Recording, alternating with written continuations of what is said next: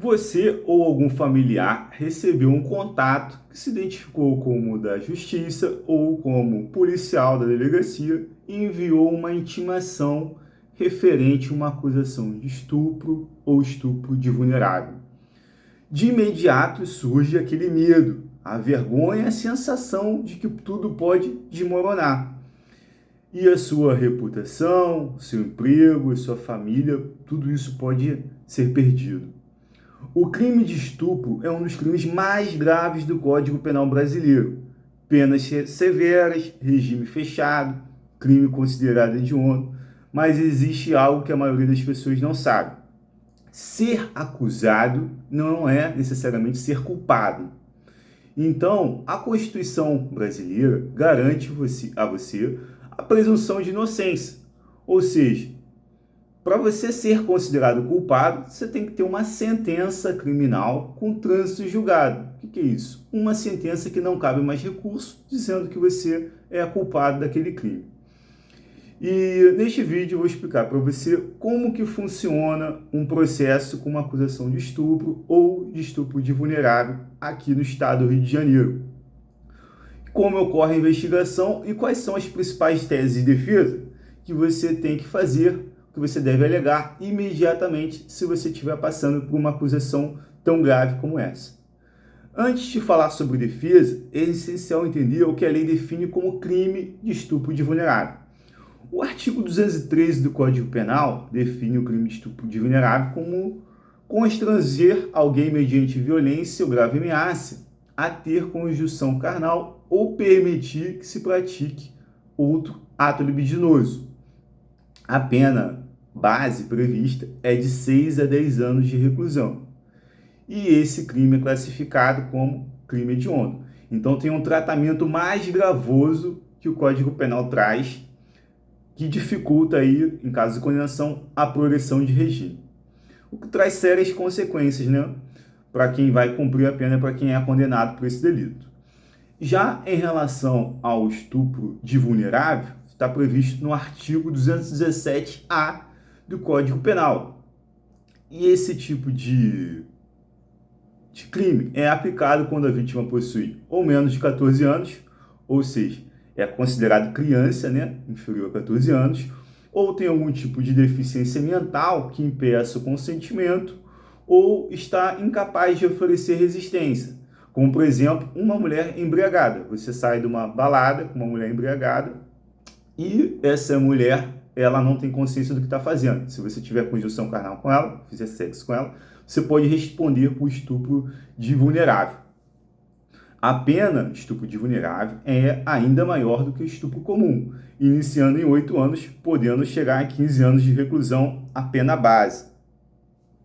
E essa distinção é muito importante para entender a estratégia de defesa, que em algumas dessas hipóteses, a principal estratégia ela pode mudar, em algum desses casos. E como que funciona uma investigação por uma acusação de estupro? O que vai acontecer com você? Tudo começa com um boletim de ocorrência, após o registro na polícia, né, para instaurar um inquérito policial e apurar o fato que a vítima está acusando, que seria o estupro.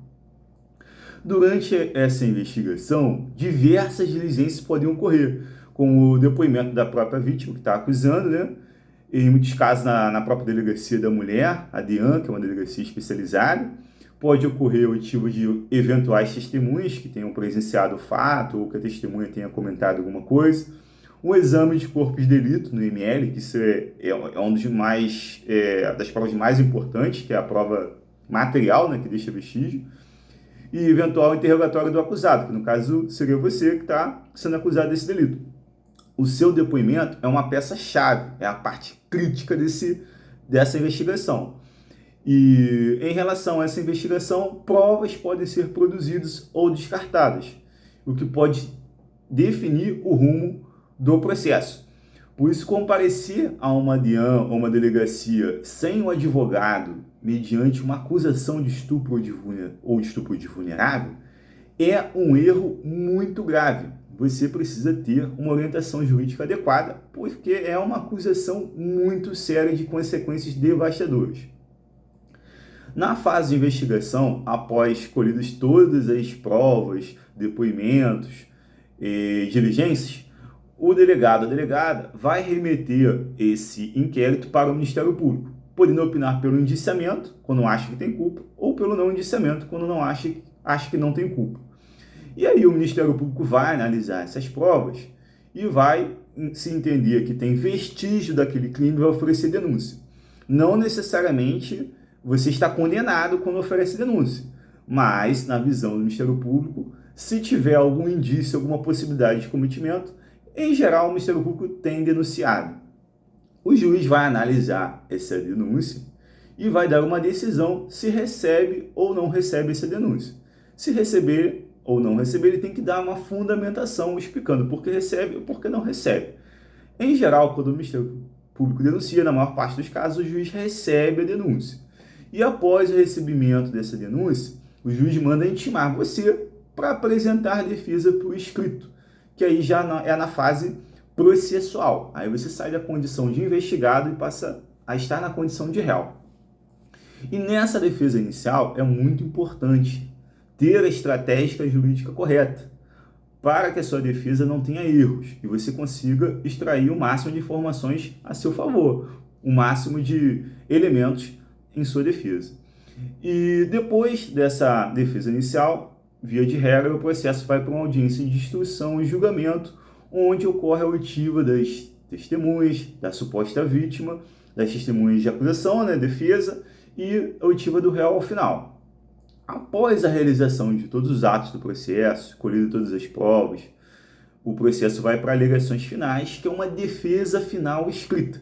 Primeiro, o Ministério Público apresenta as alegações finais, podendo pedir a sua condenação ou absolvição, se entender que realmente não ficou comprovado, e a defesa, obviamente, vai pedir aí a absolvição, se for o caso, ou se for um caso realmente que não tem muito o que fazer, vai pedir aí melhores condições, como pena mínima ou regime de cumprimento inicial aberto, a depender do caso. Cada caso tem as suas particularidades, mas as principais teses de defesas que são utilizadas nesse tipo de crime são a insuficiência de provas. A condenação ela exige uma prova além da dúvida razoável, tem que ser uma prova contundente.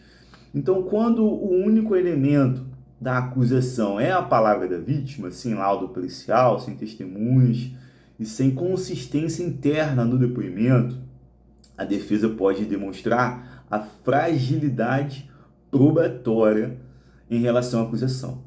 O Superior Tribunal de Justiça já decidiu que somente a palavra da vítima não pode ser um único elemento de condenação, tem que ser analisada com calma. E até pode acontecer uma condenação nesse sentido, mas é a exceção, porque tem que bater com todos os demais elementos do processo. Então a regra é a presunção de inocência.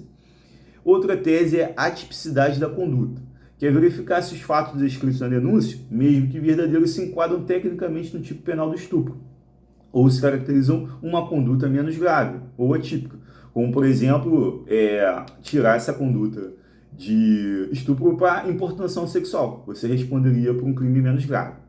Outra tese é o consentimento e contexto da suposta vítima em relação ao sexo. Nesse caso, não é possível essa tese atualmente no processo de estupro de vulnerável, em relação a menores, a crianças, menores de 14. Essa tese foi abolida pelo STJ. Mas em relação ao estupro comum e estupro mediante, por exemplo, circunstâncias de embriaguez ou algo assim, você pode estar utilizando uma dessas teses. Além de outras teses, como nulidade processual, e entre outras. Além também da tese de falsidade da acusação. Você pode estar alegando aí que essa acusação é falsa, não é verídica, isso a depender do caso, tendo indícios de que a pessoa fez essa acusação com motivos espuros, isso pode ser exposto em sua defesa. E além de teses de nulidade, como irregularidade na investigação policial, na produção de provas, ou provas que não têm credibilidade. E a desclassificação do crime, né, como havia informado, que seria você tentar jogar a conduta por um crime menos grave. Isso também é bem efetivo a depender da acusação formulada. E uma defesa eficaz não significa necessariamente negar a gravidade do que a lei protege. Significa garantir que o processo seja conduzido com rigor técnico, que as provas sejam devidamente questionadas e que os seus direitos como acusado sejam plenamente respeitados. Então, ter um advogado para fazer isso é fundamental para a sua defesa. Se você foi investigado, intimado, preso por uma acusação de estupro no Rio de Janeiro, aqui está o que você deve fazer agora. Não preste depoimento sem advogado, de forma alguma. Porque com o advogado você vai conseguir ter acesso ao inquérito, à investigação e vai saber do que se trata e das provas que possuem documentadas contra você. E isso é fundamental, porque você entendendo o que consta contra você, vai conseguir fazer uma defesa melhor, com a orientação jurídica correta.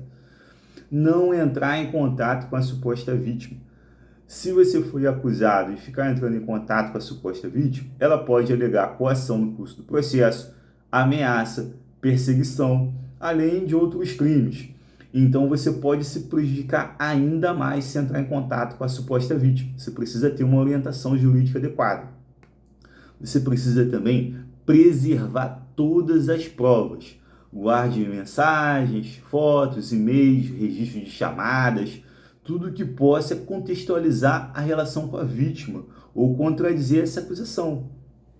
Identificar também eventuais testemunhas, pessoas que estavam presentes, que conheceram a relação entre as partes, o que possa contradizer a versão da acusação.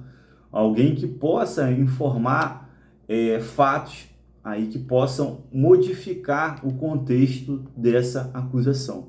Isso é muito importante. E a dica mais fundamental de todas é, procurar um advogado criminalista especialista em crimes sexuais, que assim como eu, atua nesse nicho específico do direito penal. Meu nome é Lúcio Saldanha, sou advogado criminalista, com atuação especializada em crimes sexuais aqui no estado do Rio de Janeiro. Atuo desde a fase de investigação policial até com recursos criminais, que são naqueles casos em que o réu foi condenado e quer trocar de advogado, estava pela defensoria e quer fazer um recurso criminal para o Tribunal de Justiça, para o STJ ou para o Brasília. E eu atuo também nesses casos. Se você ou algum conhecido, familiar está passando por esse tipo de situação, encaminha esse vídeo. Encaminha também o meu artigo jurídico, está aqui na descrição, que tenho certeza que vai ser muito útil e esclarecedor. Se você gostou desse vídeo, dá um joinha, clica aí no like, compartilha e agradeço a atenção e obrigado. Até o próximo vídeo.